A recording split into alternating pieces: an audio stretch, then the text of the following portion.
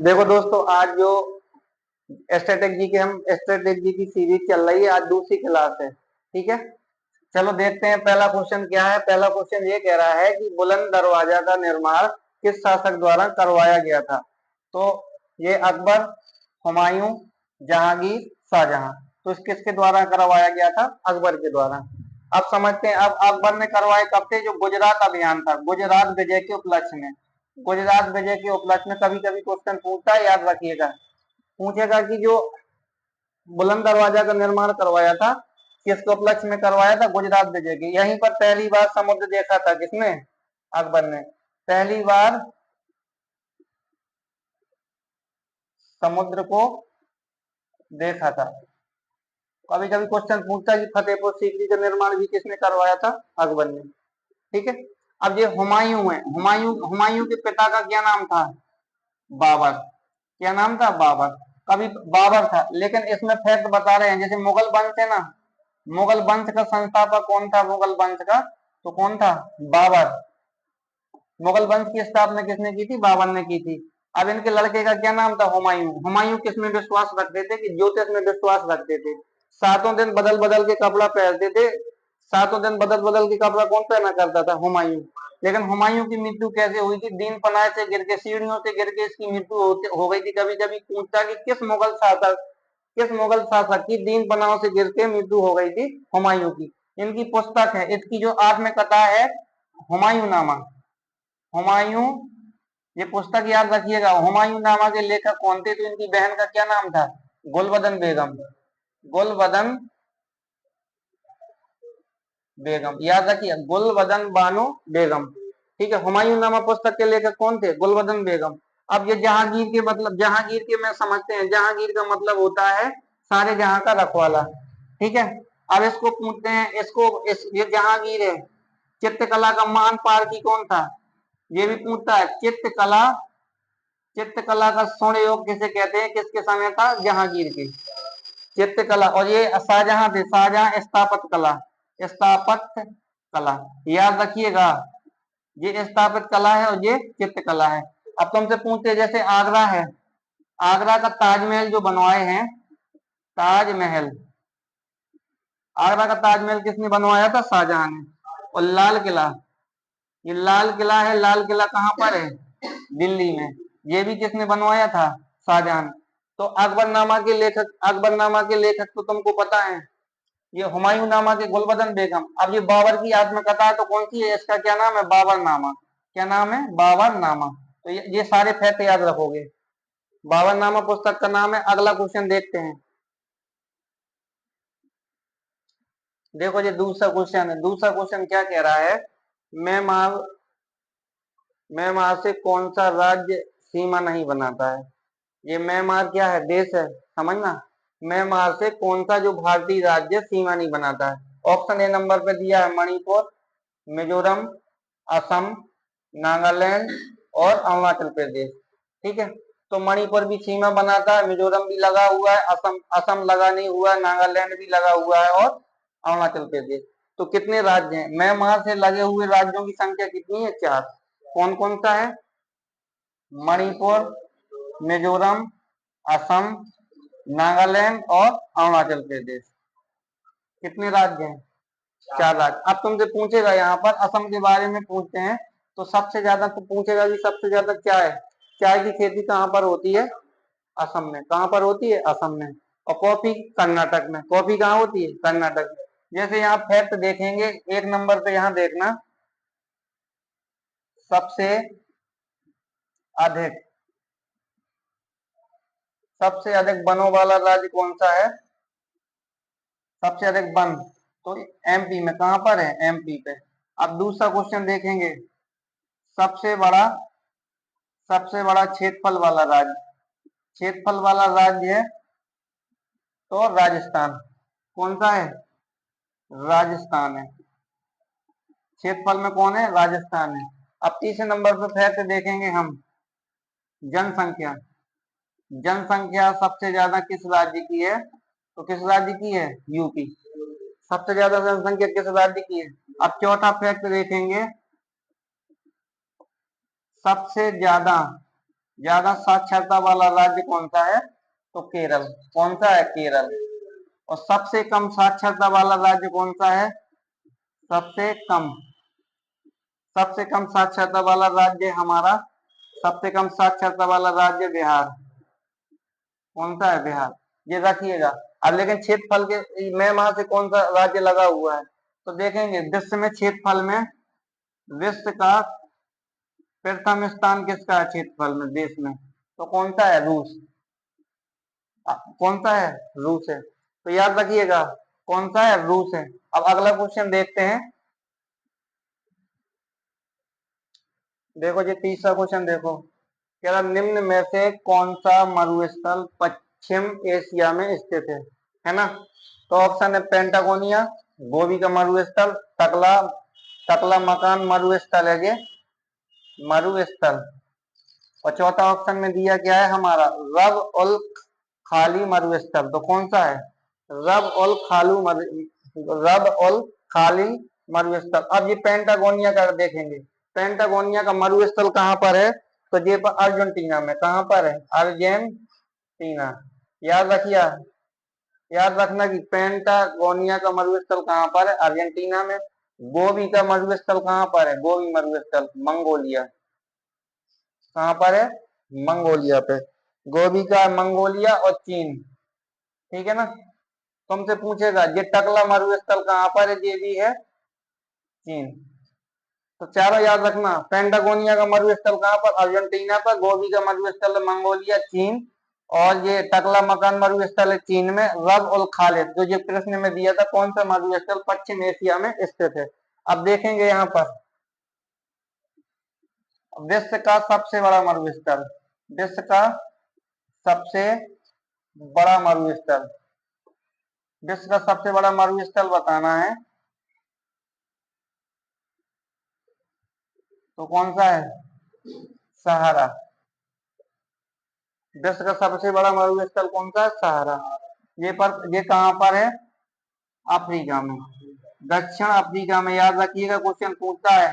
ये 11 देशों की सीमा को साझा करता है। विश्व का सबसे बड़ा गर्म मरुस्थल कौन सा है? सहारा मरुस्थल। कहाँ पर? अफ्रीका में।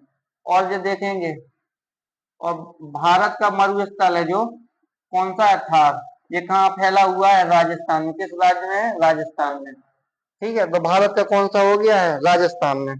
और अटाकामा मरुस्थल कहाँ पर है? अटाकामा मरुस्थल, मरुस्थल। तो ये अटाकामा है चिली, चिली और पेरू के बीच में। कहाँ पर है? पेरू की। ये हमारे मरुस्थल थे। देखो निम्न में से कौन सा मरुस्थल पश्चिम एशिया में स्थित है? तो रब उल खाली मरुस्थल। अब पेंटागोनिया का कहाँ पर है? अर्जेंटीना। यहाँ घास के मैदान पाए जाते हैं, पंपास पाए जाते हैं। गोबी मरुस्थल कहाँ पर?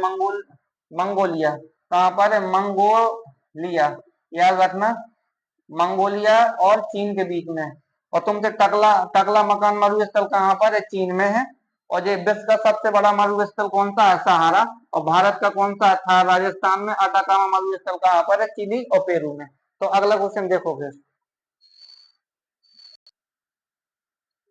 ये प्रश्न संख्या 5 है। ये कह रहा है कि भारतीय मानक समय रेखा निम्न में से किस राज्य में नहीं गुजरती है? ठीक है, देखना यहाँ बाबू, उत्तर प्रदेश गुजरती है, मध्य प्रदेश गुजरती है, छत्तीसगढ़ गुजरती है, और उड़ीसा गुजरती है, और तेलंगाना नहीं गुजरती है। अब यहाँ पर देखना, ये 82.5, कितने? 82.5 पूर्वी देशांतर है। पूर्वी पूर्वी देशांतर रेखा, देशांतर रेखा भारत के कितने राज्यों से गुजरती है? 5 राज्यों से। अब 5 राज्यों में देखेंगे, जिस तरह के आंधी में छाता ऊपर उड़ा। आंधी में क्या हुआ? आ से क्या हो जाएगा? आंध्र प्रदेश, आंध्र प्रदेश, आंध्र प्रदेश हो गया है। और माँ से क्या हो जाएगा? एमपी। मध्य प्रदेश, छा से क्या हो जाएगा? छत्तीसगढ़, छत्तीसगढ़। ठीक है।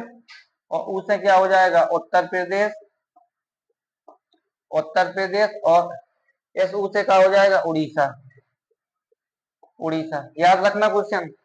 कह रहा है भारतीय मानक समय रेखा निम्न में से किस राज्य में से नहीं गुजरती है? तो उत्तर प्रदेश गुजरती है, मध्य प्रदेश गुजरती है, छत्तीसगढ़ गुजरती है, उड़ीसा गुजरती है। लेकिन कहाँ से नहीं गुजरती है? तेलंगाना से।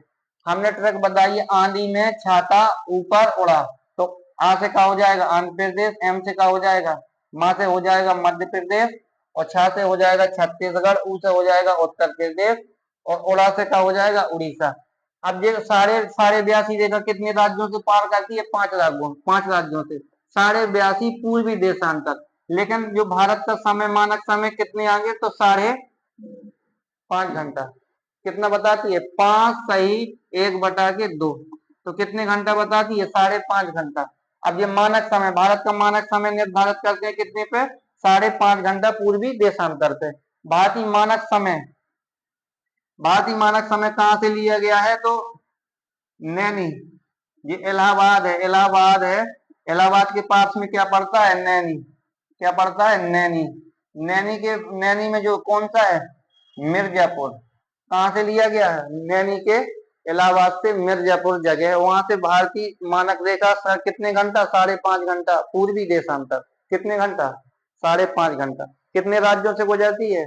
5 राज्यों से। अच्छे से याद रखिएगा कि भारत की जो कौन सी रेखा है, भारतीय मानक समय रेखा कितने राज्यों से गुजरती है? 5 से। कहाँ कहाँ से गुजरती है? उत्तर प्रदेश, मध्य प्रदेश, छत्तीसगढ़, उड़ीसा, और बचा क्या था हमारा? आंध्र प्रदेश। कितने रेखा क्या? 5.82 पूर्वी देशांतर रेखा। ठीक है। कितना समय? 5.5 घंटा मानक समय। मानक समय कहाँ से लिया गया है? इलाहाबाद के नैनी के मिर्जापुर से। अगला क्वेश्चन देखो, ये 5 नंबर क्वेश्चन है। कह रहा है कि विश्व ओजोन संरक्षण दिवस कब मनाया जाता है? ऑप्शन 22 मार्च, 22 अप्रैल, 22 मई, 16 सितंबर। तो कब मनाते हैं? 16 सितंबर। विश्व ओजोन संरक्षण संरक्षण दिवस कब मनाते हैं? 16 सितंबर। 22 मार्च को मनाते हैं, क्या मनाते हैं? विश्व जल दिवस। क्या मनाते हैं? याद रखिएगा क्वेश्चन।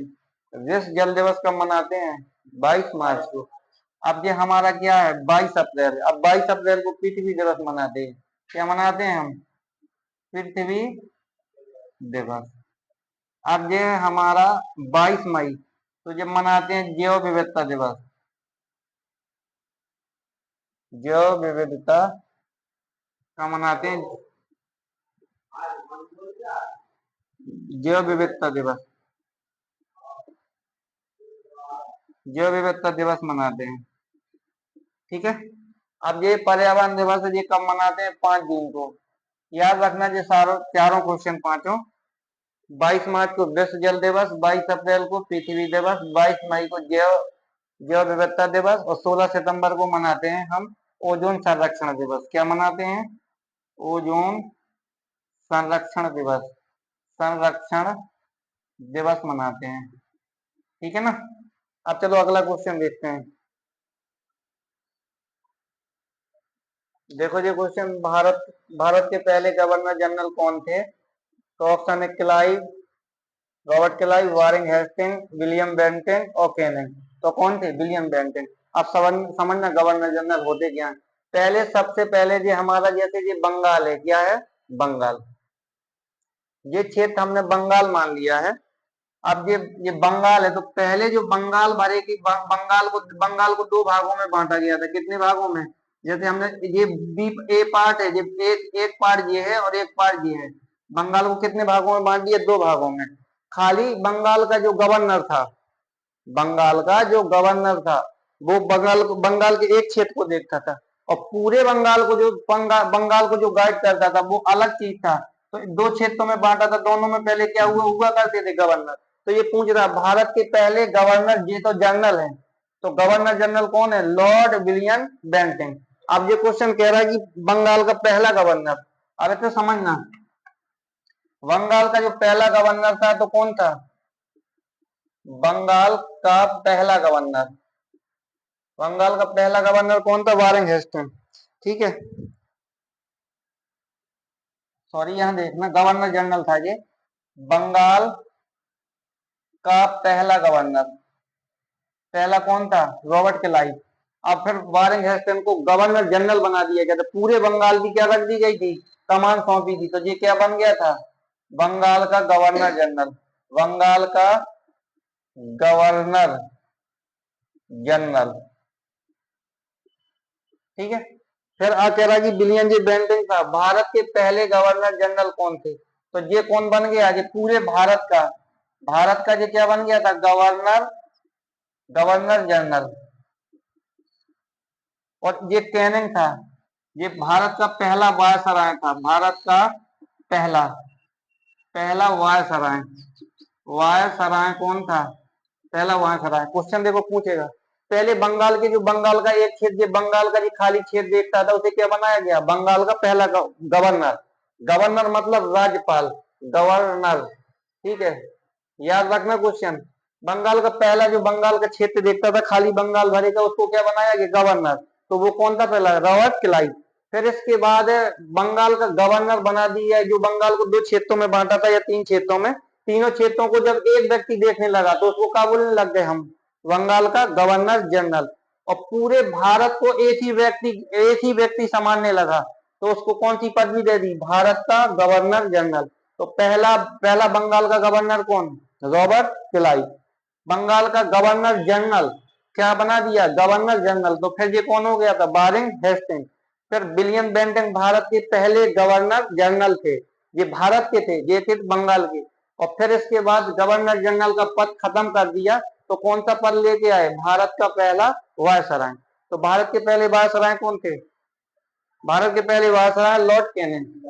अब आगे देखो, यही में आगे फैक्ट देखो,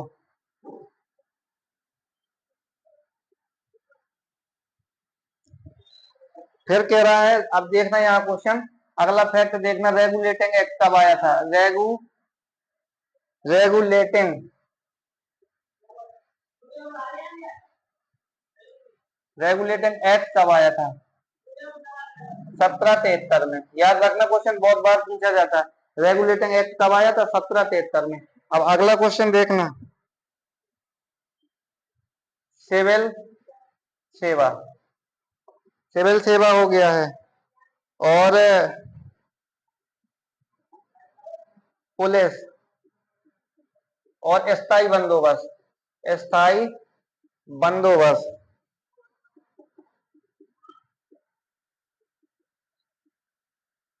सिविल सेवा, पुलिस, स्थायी बंदोबस्त के जनक कौन थे, किसके समय की शुरुआत हुई थी, तो लॉर्ड कॉर्नवालिस के, लॉर्ड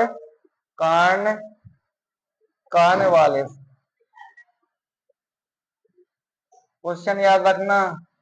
ठीक है, भारत में सिविल सेवा की शुरुआत जब हुई थी कौन थे वायसराय, लॉर्ड कॉर्नवालिस।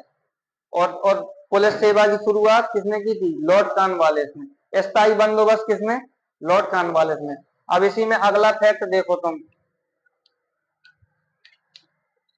सहायक संधि, सहायक सहायक संधि के जनक, सहायक संधि के जनक के तौर पर कौन जाने जाते थे, डुप्ले। कौन जाने जाते थे, डुप्ले से। लेकिन सहायक संधि का प्रचार प्रसार किसने किया था, तो बेले जली ने, बेले जली ने। याद रखना, जो क्वेश्चन पूछता है, सहायक संधि के जनक के तौर पे जाने जाते थे डुप्ले, लेकिन जब बहुत ज्यादा प्रचार प्रसार किसने किया था, बेले जली ने। किसने किया था, बेले जली ने। अब अगला को यही में देखेंगे हम फैक्ट, सती प्रथा, सती प्रथा का अंत किसने किया था, किसने किया था। ठीक है, तो सती प्रथा का अंत किया था राजा राम मोहन राय, राजा राम मोहन राय ने। और यहाँ पर एक अंग्रेज थे, कौन था, विलियम विलियम बेंटिंग।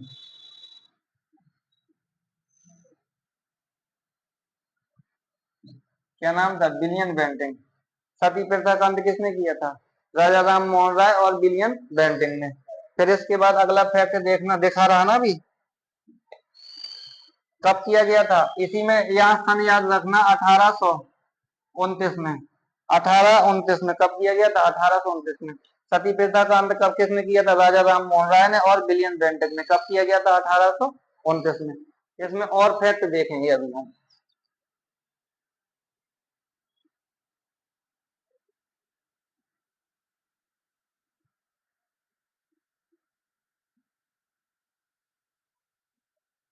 बंद कर।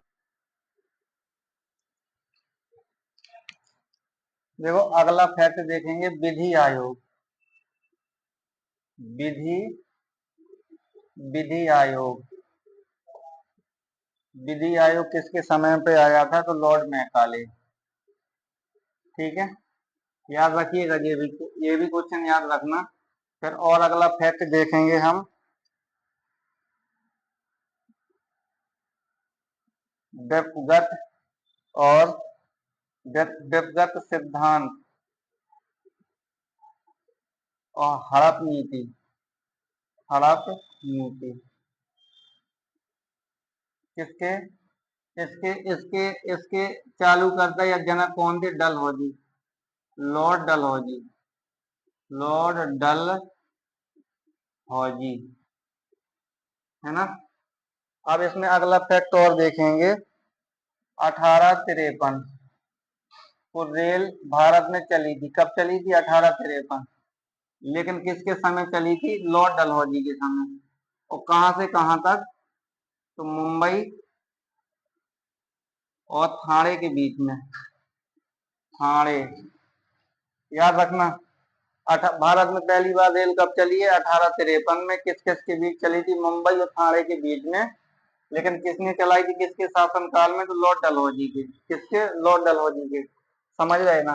अब जैसे अगला फैक्ट यहाँ हम देखेंगे, और 1853 1854 में, 1854 डाक टिकट जारी होता। डाक टिकट, ठीक है। डाक टिकट तुमसे पूछेगा, भारत में डाक टिकट कब जारी हुआ था? 1854 में। किसने जारी किया था? लॉर्ड डलहौजी ने। अब अगला फैक्ट इसमें देखेंगे, 1854 1854 में ये हुआ था वुड डिस्पेज। ठीक है। ये अंग्रेजी शिक्षा, ये कौन सी शिक्षा? अंग्रेजी शिक्षा। इसके जनक कौन थे? लॉर्ड मैकाले थे। लेकिन किसके समय? लॉर्ड डलहौजी के। ये भी कोई किसके समय था? लॉर्ड डलहौजी के। अब यहाँ देखो, भारत में 1800 जो 57 की क्रांति हुई थी, कहाँ से हुई थी? तो याद रखना, मेरठ से। और ये कौन थे? कैनन। बादशाह कैनन के समय हुई थी। कहाँ से हुई थी? मेरठ से। अब यहाँ अगला फैक्ट देखेंगे, पहली बार पहली बार जनगणना। भारत में पहली बार जनगणना हुई थी, किसके समय हुई थी? किसके समय? तो लॉर्ड मेयो के समय। याद रखना, किसके समय हुई थी? Lord Mayo. इनकी इनकी हत्या हो गई थी कहां पर? याद रखना कि पहली बार जनगणना किसके समय पर हुई थी? तो लॉर्ड मेयो के समय हुई थी। इसकी हत्या हो गई थी पोर्ट ब्लेयर में। पोर्ट ब्लेयर, ठीक है। अब और अगला फैक्ट देखेंगे, बंगाल विभाजन। बंगाल विभाजन बंगाल विभाजन कब हुआ था? 1900। बंगाल विभाजन 1905। कौन थे? करजन। वायसराय कौन थे? करजन। इसी में बंगाल विभाजन को रद्द कब किया गया था? बंगाल विभाजन को रद्द कब किया गया था? तो 1911। फिर 1912 में लॉर्ड हार्डिंग द्वितीय। लॉर्ड हार्डिंग द्वितीय थे। हार्डिंग द्वितीय। तो बंगाल से राजधानी कहाँ बनाई गई थी? बंगाल से राजधानी भारत की बनाई गई थी दिल्ली। कब बनाई गई थी? दिल्ली। कब? 1912 में। 1912 में, याद रखना, 1912 में। कब बनाई गई थी बाबू? 1912 में। तो पहली बार जनगणना किसके समय हुई थी? लॉर्ड मेयो के समय। कहाँ पर इसकी मृत्यु हो गई थी? पोर्ट ब्लेयर में। बंगाल विभाजन कब हुआ था? 1905 में। किसके समय? करजन के। बंगाल विभाजन को रद्द कब कर दिया गया था? 1911 में। किसने किया? किसके समय? लॉर्ड हार्डिंग की थी। लेकिन राजधानी बंगाल से कहाँ ले गए थे हम? दिल्ली। कब बनी थी दिल्ली राजधानी? 1912 में। ठीक है ना। अब देखो आगे।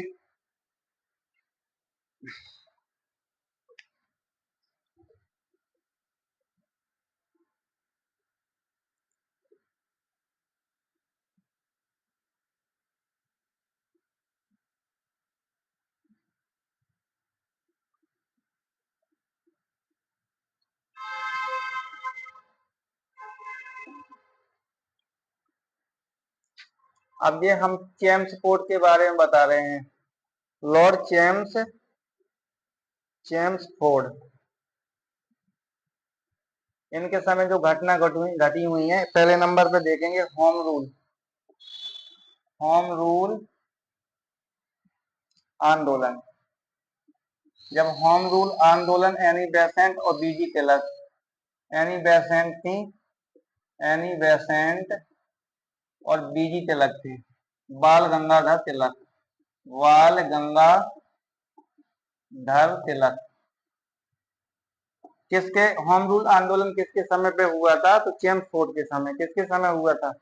चेम्सफोर्ड। अब दूसरा फैक्ट देखेंगे हम। Rowlatt act, Rowlatt Rowlatt act, ये कब आया था? 1919 में। रोलेट एक्ट कब लाए थे? 1919 में। जलियांवाला बाग हत्याकांड, कभी कभी क्वेश्चन पूछता है रोलेट एक्ट कब आया था? 1919। किस समय? जब कौन थे अंग्रेज? तो लॉर्ड चेम्सफोर्ड। कौन थे? Lord Chelmsford. अब तीसरा है जलियांवाला बाग हत्याकांड। जलिया जलियांवाला बाग हत्याकांड,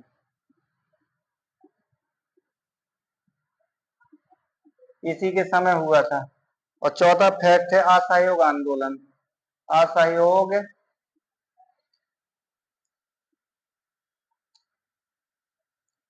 असहयोग आंदोलन,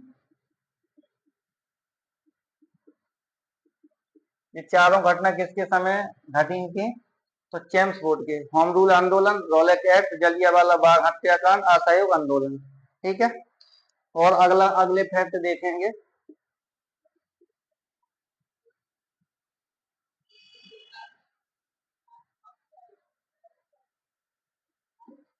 अब दूसरा देखते हैं लॉर्ड इरविन के समय।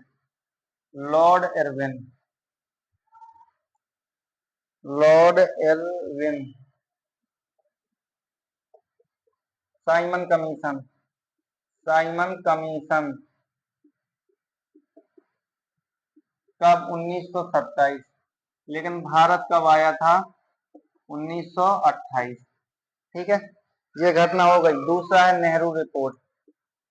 Nehru report, Nehru report.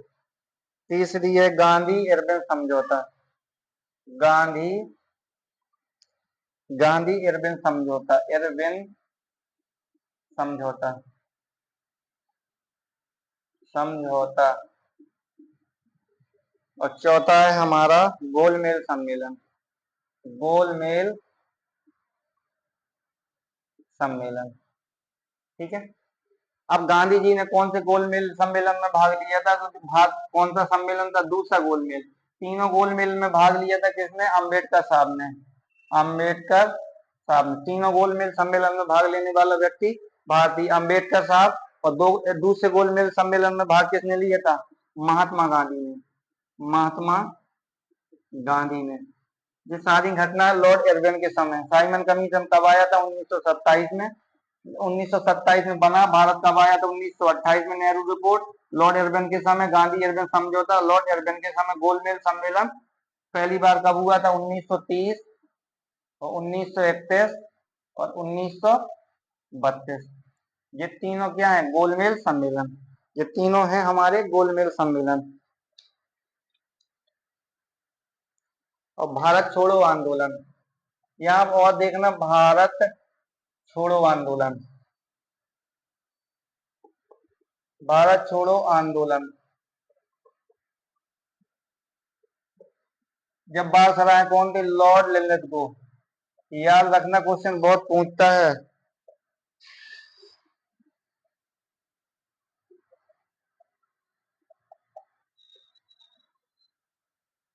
और संविधान सभा का गठन, संविधान सभा का जो गठन हुआ था संविधान सभा, तो किसके समय? लॉर्ड बेवेल के समय हुआ था, बेवेल के समय। ठीक है। अंतिम वायसराय कौन थे? अंतिम वायसराय तो लॉर्ड माउंटबेटन, लॉर्ड